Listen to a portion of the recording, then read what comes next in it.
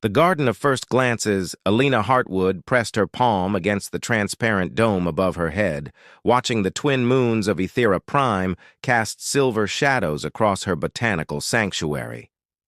At 48 years old, she had spent the last decade cultivating rare specimens from across the galaxy in this remote research station. The gardens were her life, her passion, and her refuge from the loneliness that sometimes crept into her heart during the long nights. The greenhouse hummed with the gentle whisper of environmental controls, maintaining the perfect atmosphere for her collection of exotic blooms. She moved between rows of luminescent flowers, their petals glowing in shades of violet and azure, checking moisture levels and growth patterns with practiced efficiency. This was her routine, her comfort, her predictable existence, far from the chaos of populated worlds. That evening changed everything. She heard the sound first, a soft scratching that did not belong to the natural symphony of her gardens. Following the noise to the eastern wing, Elena discovered a young man sitting cross-legged before her prized Selenian night bloom, his hand moving rapidly across a digital canvas. He wore simple clothing, paint stains visible on his fingers, dark hair falling across his forehead as he concentrated intensely on his work. Elena should have been angry at this intrusion into her private space.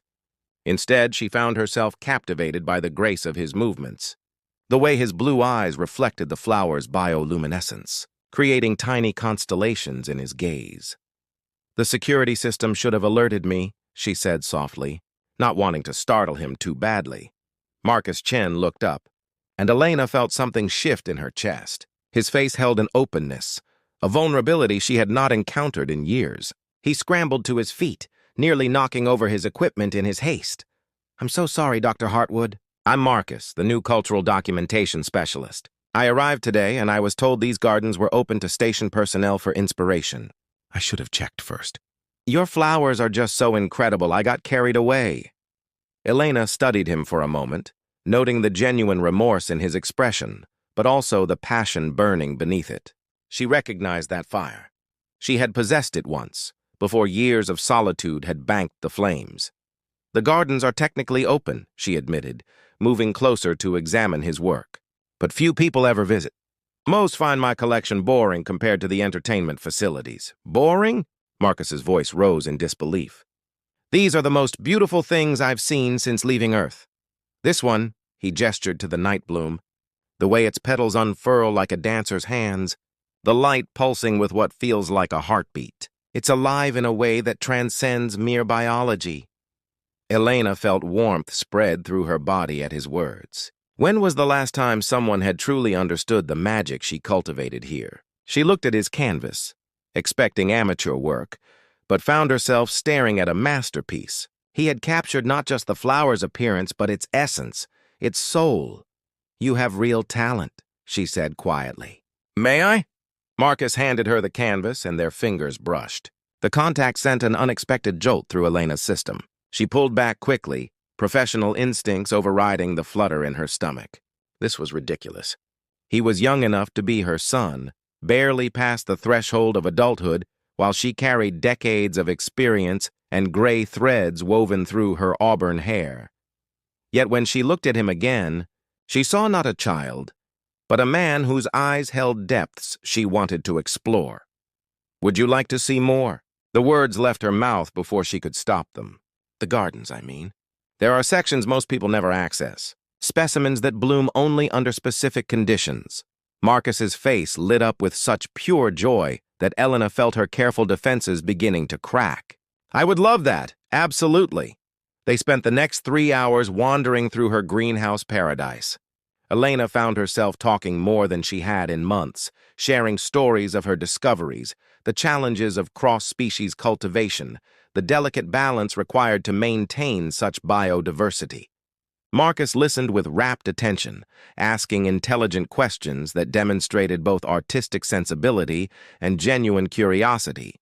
He shared his own stories, too, speaking about growing up on Earth, his training in traditional and digital art forms, his desire to document humanity's expansion across the stars through beauty rather than cold scientific observation. His voice carried a melody that Elena found herself wanting to hear endlessly.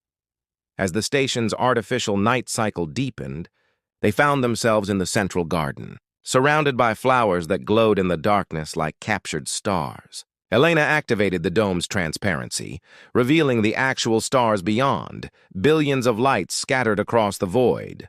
"Are you hungry?" she asked, suddenly aware of how much time had passed. "I usually eat dinner around this time." "Nothing fancy, but you're welcome to join me." "I'd like that," Marcus replied, and his smile made Elena's heart skip in a way she had thought impossible at her age.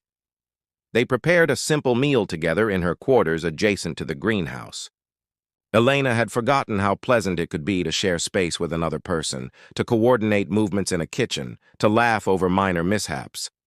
Marcus moved with an easy grace, and she found herself hyper-aware of his presence. The way he hummed while chopping vegetables, the concentration on his face as he seasoned the protein. Over dinner, their conversation deepened. They spoke of dreams and disappointments, of loneliness and longing, of the search for meaning in an expanding universe. Elena revealed vulnerabilities she had kept locked away for years, and Marcus matched her honesty with his own confessions. "I've always been drawn to beauty that others overlook," Marcus said, his blue eyes intense in the soft lighting. "Things that society deems past their prime or not worth attention. But that's where the real depth lives, in the layers, the complexity, the stories written in every line and shadow." Elena's breath caught. Was he still talking about art? The way he looked at her suggested something more, something that both terrified and thrilled her. "Marcus," she began, uncertain what she wanted to say. "Elena," he interrupted gently, using her first name for the first time. "May I be honest with you?" She nodded, her heart pounding. "From the moment you spoke to me in the greenhouse, I felt something I've never experienced before. A connection that goes beyond age or convention. I know this is inappropriate. I know I should probably leave right now and maintain professional distance. But I also know that some moments in life are too rare to let slip away without acknowledgement." Elena sat frozen, 1,000 objections rising in her mind. The age gap, the professional complications, the potential for heartbreak, the judgment they would face. But beneath all those reasonable concerns burned a desire she had thought extinguished, a hunger for connection, for touch, for intimacy that transcended mere physical need. "I feel it too," she whispered, the admission feeling like jumping off a cliff. "But Marcus, I'm old enough to be your mother. This station, people will talk. Your career could suffer. My reputation." "I don't care about any of that," Marcus said firmly, reaching across the table to take her hand. His skin was warm, his touch gentle but certain. "I care about this moment, this connection, this possibility. Life is too short, and the universe too vast to let fear dictate our choices." Elena looked down at their joined hands, his youth and her maturity intertwined. She thought of all the years she had spent alone, all the nights she had convinced herself that romance was behind her, that passion was for the young. But sitting here with Marcus, feeling alive in ways she had forgotten possible, she realized how wrong she had been. "Stay," she said softly. "Stay with me tonight. Not for anything more than conversation, not yet, but stay. Let's see where this leads." Marcus squeezed her hand gently, understanding in his eyes. "I'm not going anywhere." They moved to her sitting area, a cozy space overlooking the gardens. Elena dimmed the lights, and they sat close together on the comfortable sofa, continuing to talk as the station's night deepened around them. Marcus told her about his childhood in Shanghai, his mother's encouragement of his artistic talents, his father's initial disappointment that he had chosen art over engineering. Elena shared her own journey, from an eager young graduate student to her current position as one of the galaxy's premier xenobotanists. She spoke of a marriage that had ended amicably but left her cautious, of relationships that never quite fit, of gradually accepting solitude as her natural state. "But you're not meant for solitude," Marcus said softly, his hand finding hers again. "You're meant to be cherished, appreciated, loved for exactly who you are." Tears pricked Elena's eyes. When had someone last spoken to her this way? When had she last allowed herself to be vulnerable enough to receive such words? "I'm scared," she admitted.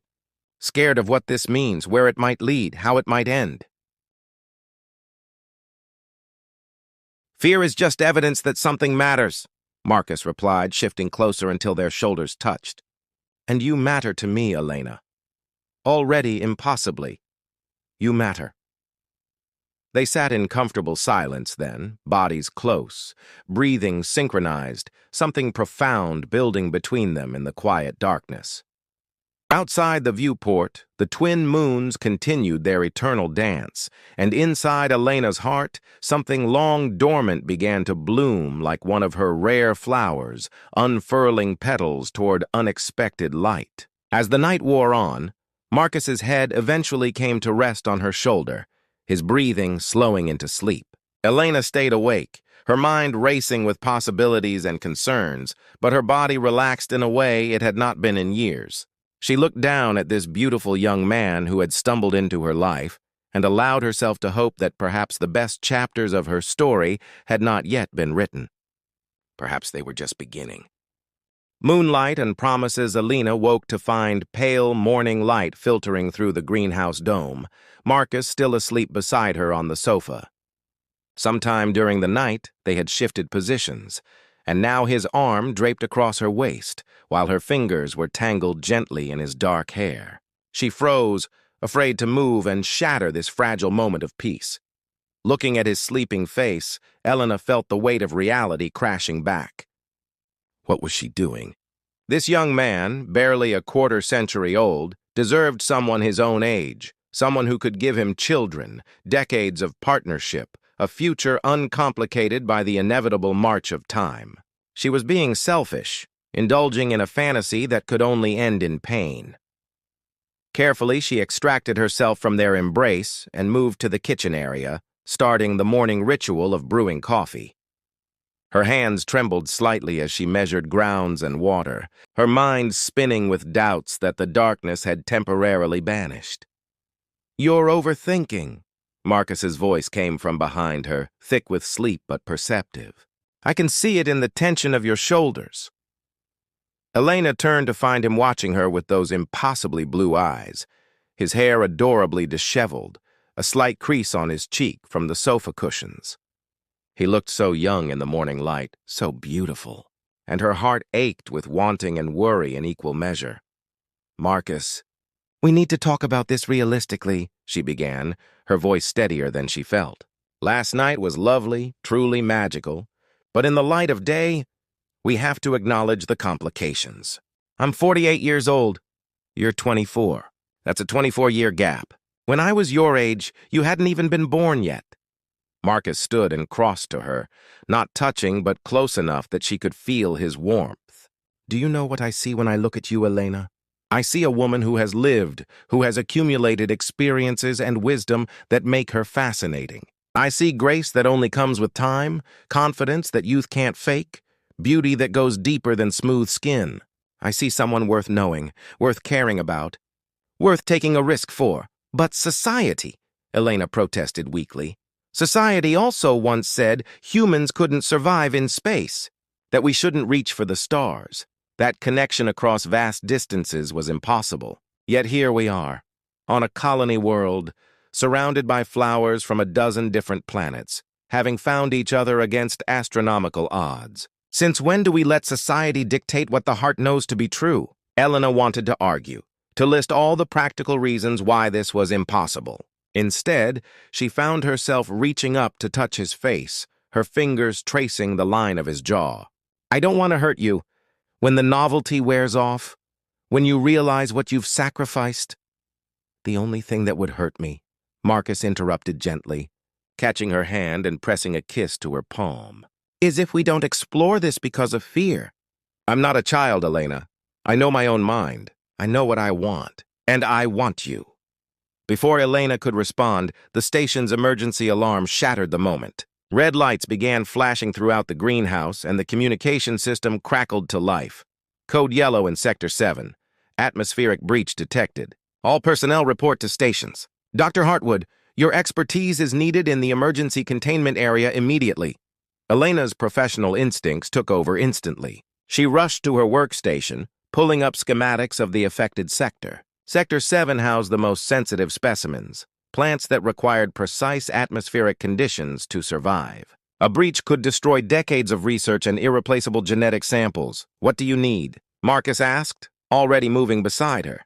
The emergency protocols require manual override of the containment systems. I need to get to Sector 7, but I'll need someone to monitor the environmental readings from here and guide me through the adjustments.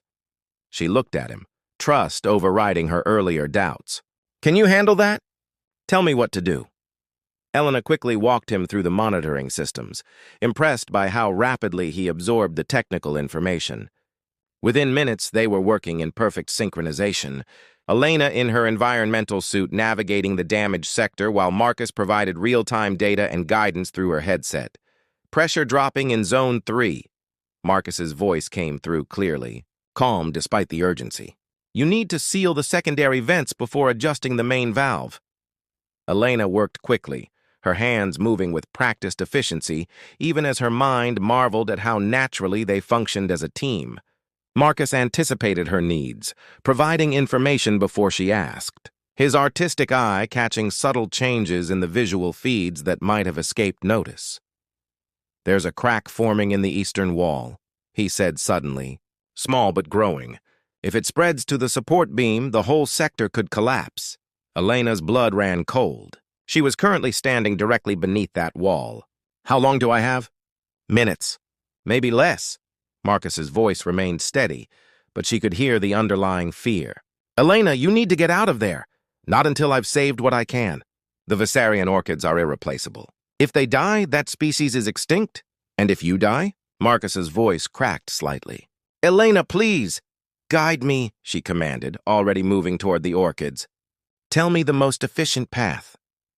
What followed was the most intense 10 minutes of Elena's life.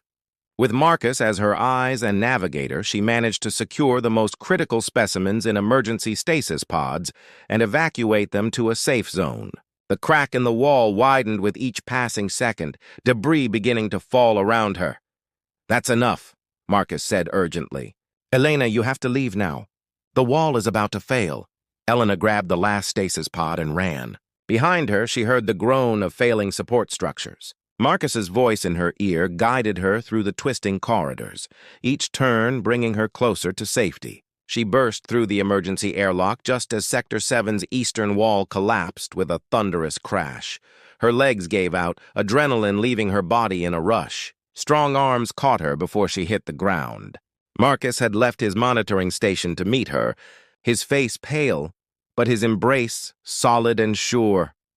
Don't ever scare me like that again, he whispered against her hair, holding her so tightly she could barely breathe. Elena clung to him, her professional composure finally cracking. She had faced danger before, but never with someone waiting for her, caring whether she returned. The realization of what she could have lost, both her life and this fragile new connection, overwhelmed her. Take me home, she said softly. Please, just take me home. Marcus helped her back to her quarters, supporting her weight when her trembling legs threatened to fail. He guided her to sit, removed her environmental suit with gentle efficiency, and wrapped a blanket around her shoulders. Then he made tea, the simple domestic gesture somehow more intimate than anything that had passed between them. You were magnificent, he said, settling beside her and pressing the warm cup into her hands. The way you moved through that crisis, your focus, your dedication. I've never seen anything like it. Elena took a shaky sip of tea. I almost died for a bunch of flowers. You almost died preserving life, protecting something irreplaceable, fulfilling your purpose. That's not foolishness, Elena. That's courage. She looked at him then, really looked at him, and saw not his youth, but his character. In those critical minutes, he had been her anchor, her guide, her partner. He had seen her at her most focused and most vulnerable, and his regard had not wavered. I'm tired of being afraid, she said quietly. Tired of talking myself out of things that might bring joy because they don't fit some acceptable template. You asked me last night what I wanted. I want this. I want you. I want to see where this impossible thing between us might lead. Marcus set down his own cup and took her face in his hands, his touch reverent. Are you sure? Because once we cross this line, I'm not letting go easily. I don't do casual, Elena. When I commit completely. I'm sure, she whispered, and closed the distance between them. Their first kiss was soft, tentative, a question and an answer all at once. Marcus tasted like tea and promises, his lips gentle but certain against hers. Elena felt years of loneliness melting away, replaced by a warmth that had nothing to do with physical desire and everything to do with genuine connection. When they finally pulled apart, both breathing heavily, Marcus rested his forehead against hers. I'm falling for you. I know it's fast, I know it's crazy, but I'm falling. Then we'll fall together, Elena replied, surprising herself with the certainty in her voice. They spent the rest of the day in her quarters, talking and touching with increasing comfort. Marcus sketched her as she described her favorite botanical discoveries, capturing not just her features but her passion, the life force that animated her. Elena found herself studying him with equal intensity, memorizing the way his brow furrowed when he concentrated, the smile that played at his lips when she said something that delighted him. As the artificial evening approached, they prepared dinner together again, moving around each other with growing familiarity. The near tragedy of the morning had burned away pretense and hesitation, leaving only honesty and desire. Tell me something you've never told anyone, Marcus said as they sat down to eat. Elena considered, then spoke from her heart. I thought I was finished with this part of life. Romance, passion, connection. I told myself I was content alone, that I didn't need partnership. But the truth is, I was terrified of being hurt again, of investing in someone only to discover I wasn't enough. So I hid here, among my flowers, telling myself it was choice rather than fear. Marcus reached across the table, lacing his fingers with hers. You are more than enough.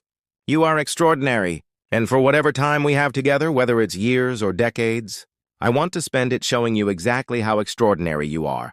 After dinner, as the twin moons rose outside the viewport, Elena led Marcus to her bedroom. She half expected nervousness, but found only certainty. This was right. He was right. Whatever challenges they would face, this moment was theirs. Marcus undressed her slowly, reverently, his artist's hands appreciating every curve and line of her body with equal adoration. Where Elena saw flaws and signs of aging, he found beauty and stories written in flesh. Perfect, he murmured against her skin, trailing kisses along her collarbone. You are absolutely perfect. Elena pulled him close, marveling at the smoothness of his skin, the strength in his young body, the passion in his touch. But more than the physical, she felt seen in a way she had never experienced before. Marcus made love to her as though she were precious, irreplaceable, worthy of worship. Their bodies moved together with surprising synchronicity, pleasure building slowly, intensely, until Elena cried out his name as waves of sensation crashed through her. Marcus followed moments later, his face buried in her neck, her name a prayer on his lips. Afterward, they lay tangled together, skin cooling in the gentle air circulation. Marcus traced lazy patterns on her back while Elena listened to his heartbeat, steady and strong beneath her ear. What happens now? She asked into the comfortable darkness. Now we live, Marcus replied simply. We face whatever judgment comes. We deal with the complications. We take each day as a gift and build something real, something lasting, something that matters. People will say terrible things, about both of us, but especially about me. They'll call me predatory, inappropriate. They'll say I'm robbing you of your youth. Let them talk. Their opinions don't change what we have, what we know to be true. Marcus shifted so he could look into her eyes. Elena, I chose this. I choose you. Not because I'm confused or naive or going through a phase, but because you are the most fascinating, beautiful, brilliant person I have ever met. And I want to spend every day I can discovering new depths to admire. Tears slipped down Elena's cheeks, but they were tears of relief, of joy, of hope reborn.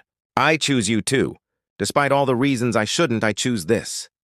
They made love again, slower this time, savoring each touch, each kiss, each whispered word of affection. When they finally drifted toward sleep, Elena felt more at peace than she had in decades. In the days that followed, word of their relationship spread through the small station community. Elena faced exactly the judgment she had anticipated. Some colleagues were supportive, but others whispered behind her back, questioned her professionalism, suggested inappropriate dynamics. Marcus faced his own challenges, with some viewing him as foolish or being taken advantage of, despite his clear and vocal assertions of his own agency and desire. But through it all, they remained steadfast. Marcus continued his documentation work, creating stunning pieces that featured Elena and her gardens, works that would eventually travel throughout the settled worlds. Elena returned to her research with renewed passion, finding that love had not diminished her focus but enhanced it. On their 1-month anniversary, Marcus took Elena back to the central garden where they had shared their first dinner. He had spent weeks preparing a surprise, using his artistic talents to create a holographic installation among the flowers. As Elena watched in wonder, images of their time together danced through the air, her own beauty reflected back at her through his loving eyes. "I know we're still new," Marcus said, taking her hands. "I know there are no guarantees in life, that tomorrow is uncertain. But Elena, I want to build a life with you, not despite our differences, but celebrating them. I want years of discovery, of growth, of loving you more deeply with each passing day." Elena pulled him close, kissing him with all the passion and promise she felt. Yes, to all of it, yes. Under the glow of twin moons and flowers that bloomed in impossible places, a mature beauty and a young soul created something more than a memory. They created a future uncertain but chosen, complicated but genuine, improbable but absolutely real, and in a universe vast and cold, their love became one more impossibility made manifest. One more proof that humanity's greatest strength had always been the courage to connect, to care, to build bridges across any divide when the heart knows its home. Years later, when people asked Elena about the secret to their unexpected partnership, she always smiled and said the same thing. "We chose each other. Every day, despite every obstacle, we keep choosing each other. That's not a secret. That's simply love." And Marcus, forever her partner and always her champion, would add with that beautiful smile of his, "She gave me the greatest gift anyone can offer. She let me love her exactly as she is. That's all any of us really want, isn't it? To be seen, to be known, and to be loved anyway. Or rather, loved because." Their story became legend on Aethera Prime, a reminder that love recognizes no boundaries when two souls recognize their home in each other. And in Elena's gardens, where flowers from across the galaxy bloomed in harmony, their love flourished too, a rare and precious thing, nurtured with care and growing more beautiful with time.